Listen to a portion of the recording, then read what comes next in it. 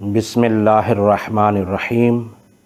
شہر رمضان الذی انزل فیہ القرآن ھدی للناس وبینات من الھدی والفرقان۔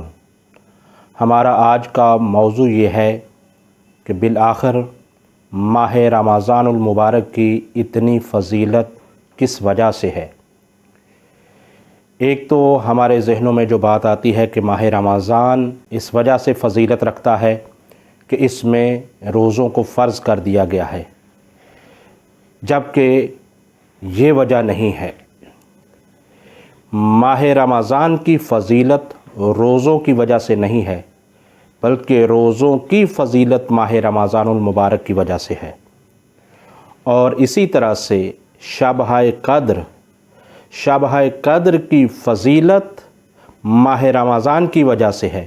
ماہ رمضان کی فضیلت شبہ قدر کی وجہ سے نہیں ہے۔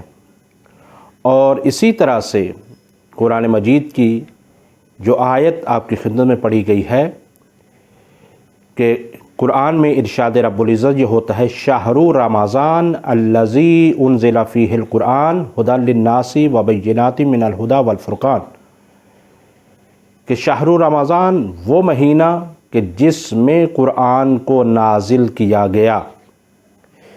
تو اب آپ ملاحظہ فرمائیے کہ روزے ماہ رمضان میں فرض ہوئے ہیں، شبہ قدر ماہ رمضان میں ہے، قرآن ماہ رمضان میں نازل ہوا۔ تو اب ماہ رمضان کی حیثیت کس اعتبار سے؟ اب ماہ رمضان ظرف ہے اور یہ سب چیزیں مظروف ہیں۔ ظرف یعنی جو چیز احاطہ کیے ہوتی ہے۔ مثلا فرض کیجئے کہ ایک کمرہ ہے، روم ہے، اور جو چیز اس کے اندر ہے وہ محفوظ ہے اور اس کو احاطہ کیے ہوئے ہے کمرہ۔ اب روزے فرض ہوئے ہیں ماہ رمضان میں، تو ماہ رمضان ظرف ہے اور روزے مظروف ہیں۔ اسی طرح سے شبہ قدر مظروف ہیں اور ماہ رمضان ظرف ہے، قرآن بھی مظروف ہے اور ماہ رمضان ظرف ہے۔ تو یہ سب کی سب چیزیں ماہ رمضان میں آ رہی ہیں، اور ظرف یہاں پر اس کو احاطہ کیے ہوئے ہے۔ قرآن یہ کہتا ہے کہ وَلَا رَطْبٍ وَلَا يَابِسٍ إِلَّا فِي كِتَابٍ مُبِينٍ، کوئی خشک و تر ایسا نہیں ہے کہ جس کا تذکرہ قرآن میں موجود نہ ہو۔ تو اب قرآن میں ہر شے کا تذکرہ، اور یہ قرآن ماہ رمضان میں نازل ہوا، تو آپ اس کی اہمیت کو محسوس کر رہے ہیں۔ آپ نے اندازہ کیا کہ یہ سب چیزیں ماہ رمضان میں ہیں۔ اس کی راتیں عام راتوں سے افضل ہیں، اس کے دن عام دنوں سے افضل ہیں۔ اس میں قرآن کی تلاوت دوسرے دنوں میں تلاوت کرنے سے زیادہ فضیلت رکھتا ہے، صدقہ اس مہینے میں زیادہ فضیلت رکھتا ہے۔ تو اب سوال یہ پیدا ہوتا ہے کہ یہ مہینہ اتنا افضل کیوں ہے؟ کیونکہ ایک تو یہ بات ہے کہ 12 مہینے ہیں، لیکن ان میں سے واحد یہ ماہ رمضان المبارک ہے جس کا نام قرآن میں آیا ہے۔ اس کے علاوہ کسی بھی مہینے کا باقاعدہ طور پر قرآن میں نام نہیں ہے۔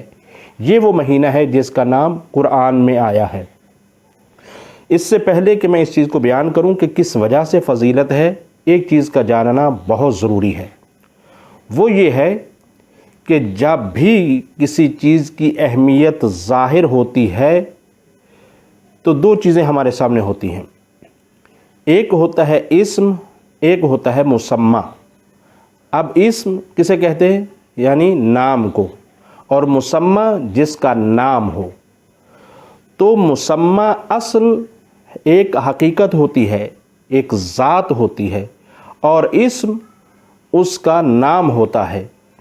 اب یہاں پر آپ ملاحظہ فرمائیں گے، اگر مسمى یعنی جس کا نام ہے، اگر وہ با فضیلت ہوتا ہے، صاحب کرامت ہوتا ہے، تو نام بھی اچھا سمجھا جاتا ہے، اور اگر وہ صاحب کرامت نہیں ہوتا تو نام بھی اچھا نہیں سمجھا جاتا۔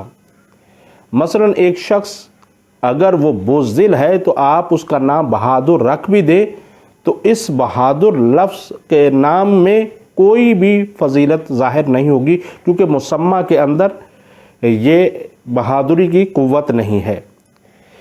اب یہ ہے کہ جب بھی کسی شے میں کوئی بھی فضیلت آتی ہے تو مسمى سے آتی ہے۔ اب جتنا وہ مسمى جس کا نام ہے وہ ذات جتنی بلند ہوگی، جتنی عظیم ہوگی، اتنا ہی اس کے اسم میں فضیلت پائی جائے گی۔